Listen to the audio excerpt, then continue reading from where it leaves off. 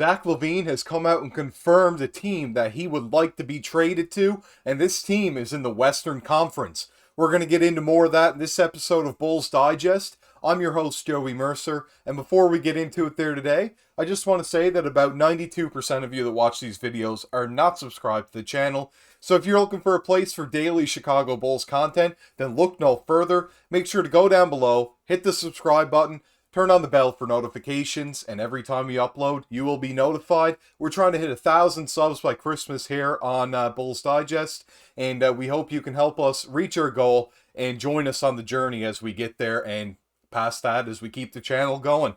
So without further ado, let's get into the topic for today, and that is LaVine to the Kings. Yes, we've talked briefly in the past, not too far in depth about LaVine joining the Kings, as it does make a lot of sense for the Kings to acquire him, as they could use some more scoring and some help for De'Aaron Fox and Sabonis there. We got into the articles actually by Bleacher Report, and Tyler Conway wrote this one, saying Zach LaVine trade rumors, Bulls star would be very amenable to Kings deal.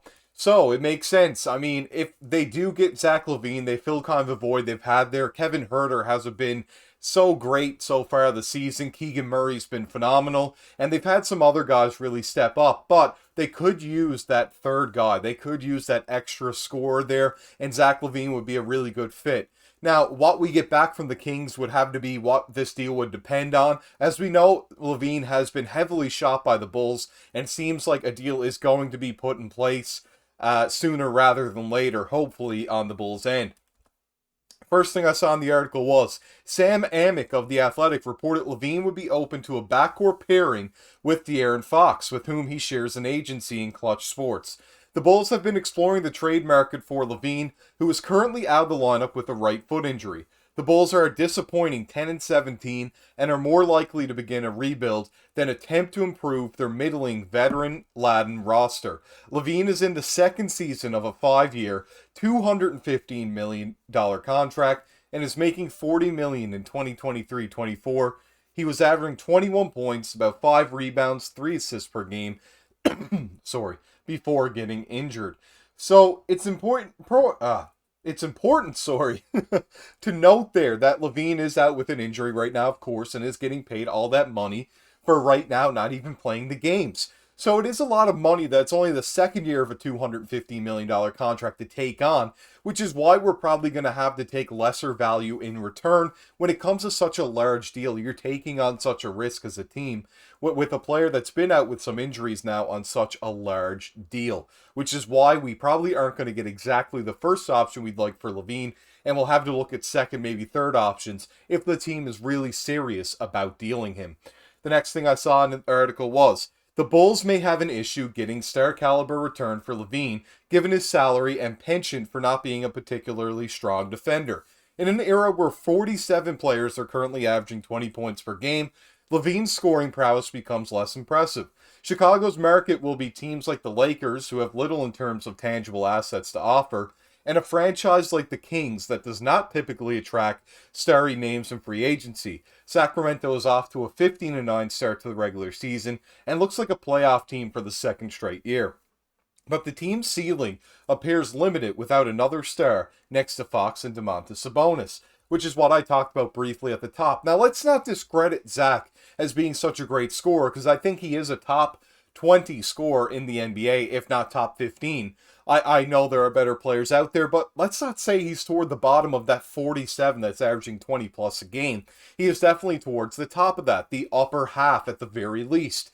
So don't discredit him with that. He would be a great fit, I believe, next to De'Aaron Fox and Sabonis, as both players are very good playmakers, especially Sabonis for his position. And Zach LaVine out there, without having to have the ball in his hand as much, is so good, but he could also allow to take some pressure off of De'Aaron Fox. Now, what would we get in return is my biggest question. We would want something very good right now, even somebody young. But what could that deal be?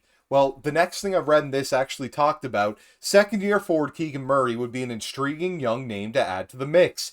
But it'd be fair if the Kings were cautious in shopping him. The last time they jettisoned a promising young prospect in a win-now move, it was Tyrese Halliburton, who has become one of the NBA's premier point guards. While Sacramento landed Sabonis as part of that deal, there was a clear winner in terms of value. LaVine is a volume scorer who turns 29 in March. If he's not the difference between title contention and an early playoff exit, caution might be the smartest move. So where they made a deal like that in the past with Tyrese Halliburton for Domantas Sabonis, it makes sense for them to make another deal towards Zach LaVine with Keegan Murray. If we're able to get Keegan Murray, that's a deal that has to happen. I'm not saying that either team pulls the trigger on this, but the Kings would have to be wary where they have already moved Halliburton for Sabonis in a win now move, but they haven't done anything in a very, very long time, and we're without the playoffs since 2006 until last year, so they probably are very hungry to make a deep playoff push and could do whatever it takes to do so, and we could get a steal in Keegan Murray because of that factor.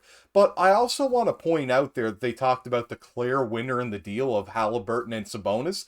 I don't believe so, because if you look at the Western Conference last year, the Kings were one of the best teams in the Western Conference end the season and had a all-time great offense with Sabonis there, who became an all-star. Tyrese Halliburton was also an all-star, and the Pacers haven't done anything. They might become a playoff team or play-in team this season, but you can't say there's a clear winner in Halliburton just because he's a little younger when the Kings have become so good with Sabonis. This is a very even 50-50 trade for me. Just wanted to add that little bit in there. The last thing we're going to talk about on this there today is where does Zach fall when we look into, I've talked about Crafted NBA as a very good website and resource if you're looking into the percentages of where each player fits currently in the NBA for how they're playing, and this is how it goes up against the rest of the competition, the rest of the NBA, for Zach LaVine.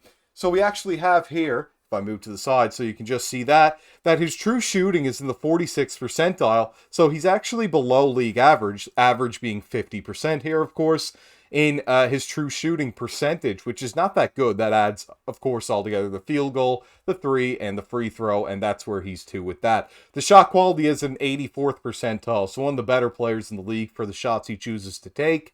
His free throw rate is 62nd percentile, which is fine. It's above league average. And the three-point attempted rate is 43%, or the 52nd percentile, so about average of how many threes he takes. Maybe you should take a few more of those with how well he shoots on those. The offensive rebound, he is one of the worst, if not the worst offensive rebounder in the entire NBA in the 2nd percentile. Now, this is compared to other people that play his position. This is not overall, so don't take it as that. When he's trying to create, that is creation turnover. So when he tries to create things by himself, how often is he turning the ball over? Well, he's in the 57th percentile, so he's about average in that as well. He takes on an 80% load, which is quite a lot for a guy that is such a good catch and shoot threat. You'd like that to be a little bit lower.